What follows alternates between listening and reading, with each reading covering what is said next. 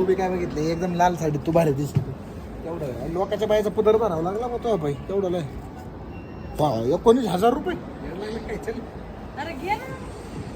ह्या पोराचा बसता येईन 19,000 अख्खं लग्न होईन अख्खं लग्न. आता तू अरे तुझ्या पोराचा नाळ वाळला ना एवढंच अजून 5 वर्षाचं म्हणे लग्न येईन आणि बसता येईल. सगळं होईल अवघड नाही याच्यात काही. घे मला नंतर त्याच्या बसत्याचं बघ. आज 19,000 रुपये मी एखाद्या चांगल्या ठिकाणी गुंतवणूक करणार मग त्या पैशाचं कुठेतरी जाऊन सोनं होईल आणि मग त्याचं कुठेतरी व्याजदरावरती याच्यावरती त्याच्यावरती करून त्यात चांगलं लग्न होईल. तुला समजत आहे का काही? चल काय काय माणूस आहे तुला कधी काय मागावं तुम्ही हौसेने घेतलंय. तू आहे ना काहीच काम वैताग आलाय. मी कामाचं नाही का? एक साडी नाही घेऊ शकत तू. तुला माझ्या नावाच्या मध्ये एक नाव कसं काय जॉईन झालं? मी कामाचा नसतो.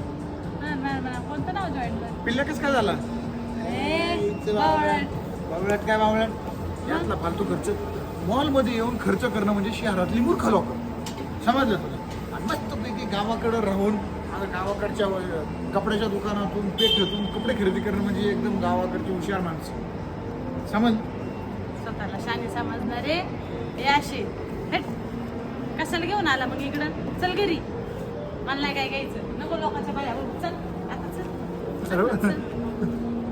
बघ आता एवढं मोठं दुकान आहे याच्यात सगळं मोकळं ठेवलंय. आता असं पण असतं का?